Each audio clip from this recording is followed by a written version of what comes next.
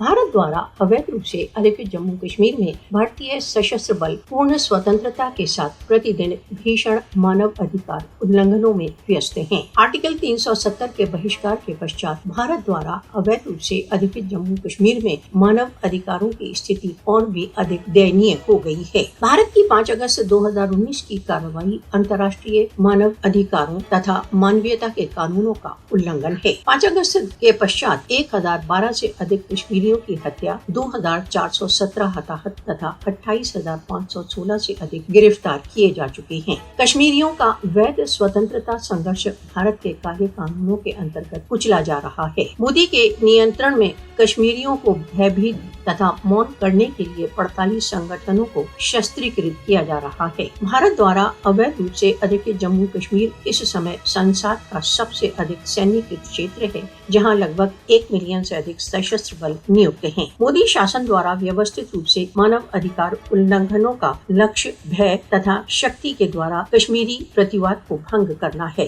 भारत द्वारा अवैध रूप से अधिकृत जम्मू कश्मीर में निरंतर बिगड़ती मानव अधिकार उल्लंघनों की स्थिति प्रत्यक्ष रूप से अनिर्णित कश्मीर विवाद का परिणाम है। विश्व को अधिकृत कश्मीर में भारत के निरंतर बढ़ते आक्रमणों के समाधान के लिए सक्रिय होना चाहिए। कश्मीरियों को मोदी की कॉलोनीवादी कार्यसूची से सुरक्षित रखने के लिए तुरंत रूप से सार्वभौमिक हस्तक्षेप की आवश्यकता है।